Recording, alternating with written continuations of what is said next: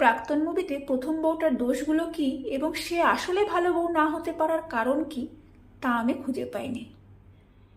তার স্বামী তাকে দিনের পর দিন ইগনোর করে, অপমান করে, প্রায়োরিটি দেয় না, সময় দেয় না, জন্মদিনও ভুলে যায়।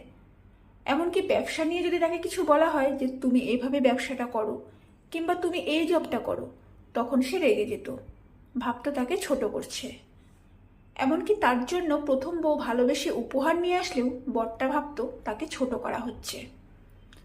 প্রথম বউ নিজের সন্তানটাও হারিয়েছিল, কিন্তু তারপরও তাকে মূল্যায়ন করেনি। যখন দ্বিতীয় বিয়ে করে তখন বরটা দ্বিতীয় বউয়ের জন্য সব কিছুই করে। ট্রেনে এসে সারপ্রাইজ দেয় বার্থডেতে। সে যখন যেভাবে বলেছে সেভাবে বিজনেস সেট করেছে। তার বউ কি পছন্দ করে, তার বউকে সময় দেওয়া, বাচ্চার সাথে সময় কাটানো সবই করেছে।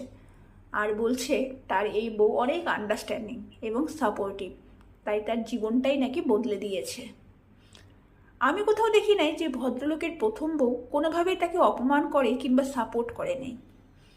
এই বউটা তার থেকে বেশি এডুকেটেড এবং ফিনান্সিয়ালি ভালো পজিশনে ছিল, এজন্য বরটা এই বিষয়টাকে নিতেই পারেনি।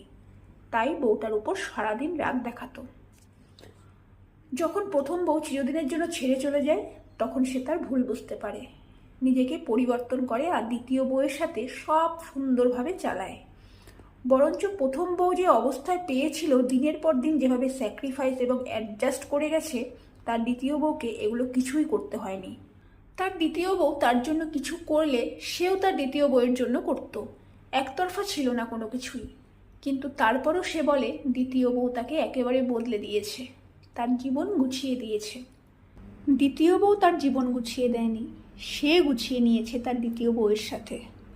দ্বিতীয় বউ একটি ডায়লগ বলে যে, আমার কাছে অ্যাডজাস্টমেন্ট মানে হেরে যাওয়া নয় দিদিভাই, আমার কাছে অ্যাডজাস্টমেন্ট মানে হলো সুন্দর করে বাঁচা। আপনি তখনই সুন্দরভাবে বেঁচে থাকতে পারবেন যখন আপনি কোনো ব্যক্তির জন্য অ্যাডজাস্ট করলে সেই ব্যক্তিও আপনার জন্য কিছুটা অ্যাডজাস্ট এবং স্যাক্রিফাইস করবে।